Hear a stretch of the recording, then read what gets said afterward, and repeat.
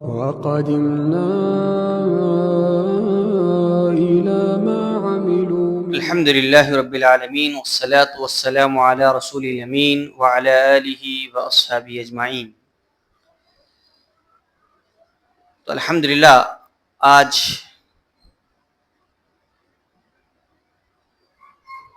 چوتھے پارے کی مکمل تفسیر ہم لوگوں نے سماعت فرمائی۔ یہ اللہ رب العالمین کا بے پناہ شکر و احسان ہے کہ جس نے مجھے اور آپ کو باجماعت عشاء کی نماز کے ساتھ ساتھ وتر اور تراویح کی نماز پڑھنے کی توفیق عطا فرمائے۔ محترم سامعین اکرام، اس پارے کے اندر بہت ساری باتیں ہیں اور بہت سارے احکامات ہیں، لیکن وقت کی قلت کی بنا پر کچھ باتیں آپ لوگوں کے سامنے عرض کرنے کی کوشش کروں گا۔ سب سے پہلے سورۃ آل عمران کی جو آیتیں ہیں ابھی اس کے اندر چل رہی ہیں، تو سورۃ آل عمران کے تعلق سے ہم نے کل سنا کہ سورۃ آل عمران اور سورۃ البقرہ پڑھنے والے کے حق میں کل قیامت کے دن یہ دونوں سائے بن کر کے اس شخص کے لیے سایہ بن کر رہیں گے۔ تو سورۃ آل عمران اس تیسرے پارے میں، چوتھے پارے میں اللہ رب العالمین نے ایک چیز کی طرف اشارہ کیا، وہ ہے خاص کر کے کعبۃ اللہ کی تعمیر، یعنی تعمیر کعبۃ اللہ۔ اس روئے زمین میں سب سے پہلے اگر کوئی مسجد بنی تو وہ ہے کعبۃ اللہ۔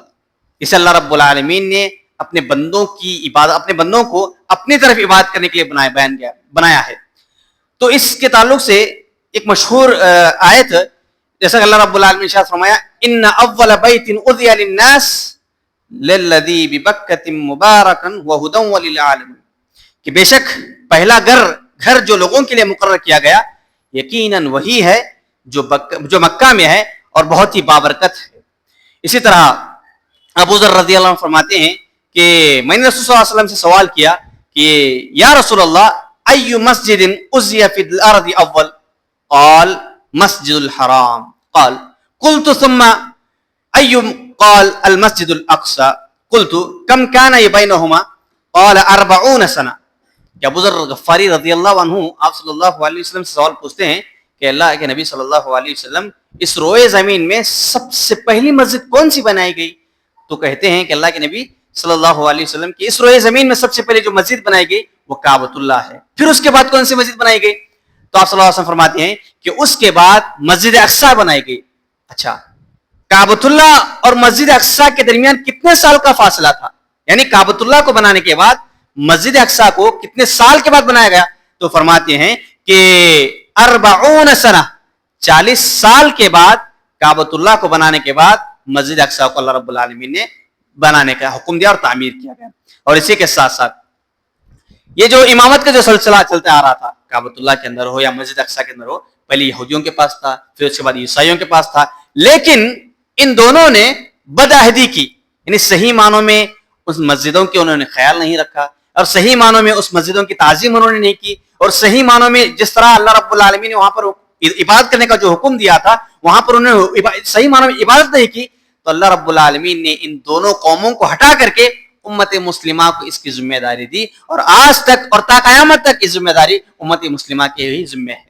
جیسا کہ آج ہم جانتے ہیں کہ کعبۃ اللہ ہم مسلمانوں کے اختیار میں ہے، ہم مسلمان اس کی حفاظت کرتے ہیں اور اس کی دیکھ بھال کرتے ہیں، اور یہ تا قیامت تک ہونے والا ہے۔ کیوں؟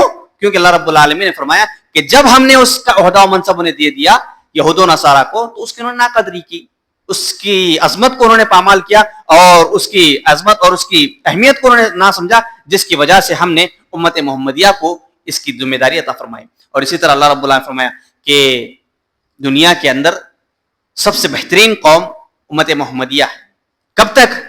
یہ اس وقت تک جب تک وہ امر بالمعروف و نہی عن المنکر کا کام انجام دیں گے، یعنی برائی سے روکنا اور بھلائی کا حکم دینا، جب تک یہ امت محمدیہ کے اندر یہ کام باقی رہیں گے اس وقت تک امت محمدیہ بھلائی میں رہے گی اور وہ امت محمدیہ عروج پر رہیں گی۔ جس دن سے یہ قوم اس حال کو چھوڑ دے گی، اس کام کو چھوڑ دے گی، خصوصاً نیکی کا حکم دینا اور برائی سے روکنا، یہ کام جس دن امت محمدیہ چھوڑ دے گی تو وہ ذلت اور رسوائی کی زندگی بسر کرنے پر مجبور ہو جائے گی۔ آج دیکھیے حالات، یہ سب سے اہم چیز جو کہا جاتا ہے کہ کسی امت پر وبال کسی امت پر مشکلات حاصل ہوتے ہیں تو اس امت کا جو بادشاہ ہوگا یا اس قوم کا جو بادشاہ ہوگا وہ سب سے بڑا ظالم ہوگا. آج خصوصاً ہندوستان کے اندر ہندوستان کے ماحول کا جائزہ لیجئے.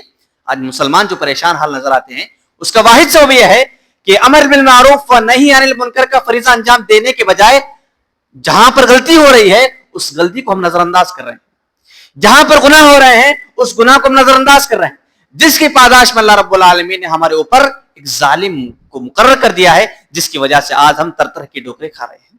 اور اسی کے ساتھ ساتھ آج اس پارے کے اندر جو سب سے اہم چیز جو بتانا مقصد یہ ہے وہ یہ ہے کہ اللہ رب العالمین نے اس پارے کے اندر ایک آیت ذکر کیا کہ تم صدقہ و خیرات کو دو, یعنی میرے لیے صدقہ و خیرات کو پیش کرو. تو جب یہ آیت نازل ہوئی تو مدینے کے جو یہودی تھے ان لوگوں نے کہا کہ دیکھو مسلمانوں کا جو رب ہے ہم سے بھیک مانگ رہا ہے, وہ کہہ رہا ہے کہ میں فقیر ہوں. تو جب یہ بات معلوم ہوئی تو ایک گروپ وہاں پر کھڑا ہوا تھا, یہودیوں کا گروپ وہاں پر کھڑا تھا, وہ بات چیت کر رہے تھے, گفتگو کر رہے تھے ایک دوسرے سے. تو حضرت ابوبکر صدیق رضی اللہ تعالیٰ عنہ کا گزر وہاں سے ہوا. تو جیسے ہی حضرت ابوبکر صدیق رضی اللہ تعالیٰ عنہ کو انہوں نے دیکھا تو بلند آواز سے اس بات کو کہا کہ مسلمانوں کا جو رب ہے فقیر ہے, لاچار ہے, بے بس ہے, جو اپنے بندوں سے صدقہ و خیرات کو مانگتا ہے, اپنے بندوں سے پیسوں کو مانگتا ہے. تو حضرت عمر بن خطاب حضرت ابوبکر صدیق رضی اللہ تعالیٰ عنہ کو یہ بات برداشت نہیں ہوئی, اللہ رب العالمین کی شان میں یہ بات برداشت نہیں ہوئی. جو شخص کہا کہ مسلمانوں کا رب فقیر ہے اس شخص کو انہوں نے تھپڑ مار دیا. تو جب تھپڑ مارا تو یہودی میں سارے یہودی ملا کر کے آپ صلی اللہ علیہ وسلم کی خدمت میں حاضر ہوئے. کیا محمد صلی اللہ علیہ وسلم, اے محمد کہ آپ کے جو دوست ابوبکر ہیں وہ ہمارے ایک ساتھی کو تھپڑ مارا ہے, کس وجہ سے مارا ہے, اس کے کوئی بہانہ نہیں, اس کا کوئی عذر ہی نہیں ہے, اس کا عذر ہی نہیں ہے. تو آپ صلی اللہ علیہ وسلم نے حضرت ابوبکر صدیق رضی اللہ عنہ سے پوچھا, اے ابوبکر کیا تم نے ان میں سے کسی شخص کو تم نے تھپڑ مارا ہے؟ تو انہوں نے کہا ہے اللہ کے نبی یہ ہمارے رب کی مذاق اڑا رہے تھے, ہمارے رب کی توہین کر رہے تھے, جو اس بات کی طرف کہہ رہے تھے کہ مسلمانوں کا جو رب ہے فقیر ہے. تو جب اللہ رب العالمین کی شان میں جب گستاخی کی تو مجھ سے غصہ برداشت نہیں ہوا, جس کی وجہ سے میں نے ان کو مار دیا.